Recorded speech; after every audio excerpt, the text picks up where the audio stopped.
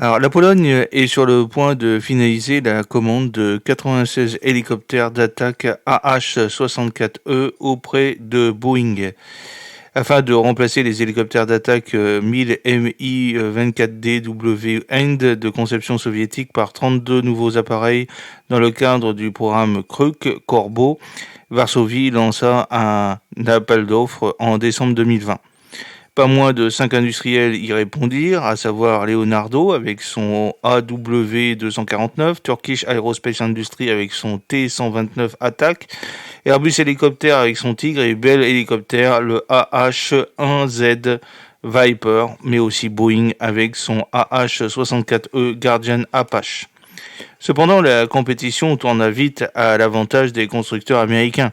Le ministère polonais, comme son habitude de la défense, l'ayant annoncé en avril 2022, puisqu'ils achètent que américains ou la Corée du Sud, que le choix se ferait entre le AH-1Z Viper et le AH-64E Apache.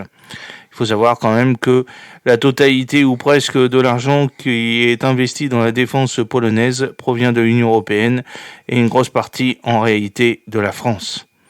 Nous avons sélectionné donc l'offre la plus favorable, a annoncé l'état-major polonais. Nous voulons que ces appareils soient acquis par les forces armées polonaises dès que possible, fait-il alors savoir.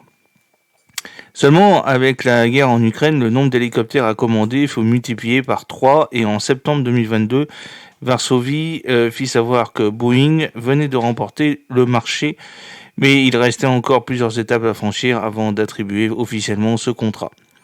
À commencer par le feu vert de l'administration américaine, ce qui fut fait en août 2023, la Defense Security Cooperation Agency, la DSCA, ayant recommandé au Congrès d'accepter la vente potentielle de 96 AH-64E pour un montant estimé à 12 milliards de dollars.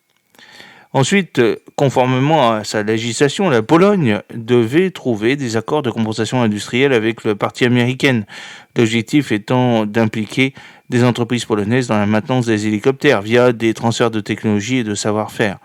Un premier d'un montant de 77 millions de dollars fut signé en septembre 2023 avec Lockheed Martin pour les radars et l'électronique de bord.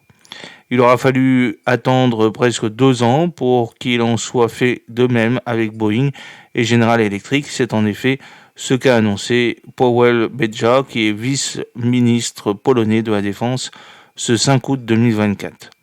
Ainsi, d'un montant de 102 millions de dollars, l'accord trouvé avec Boeing porte sur le soutien de la maintenance des AH-64E Apache, tandis que celui conclu pour 135 millions de dollars avec General Electric concerne l'entretien des turbines GE-T700, lesquelles équipent d'autres hélicoptères en service au sein des forces armées polonaises comme les S-70 Black Hawk.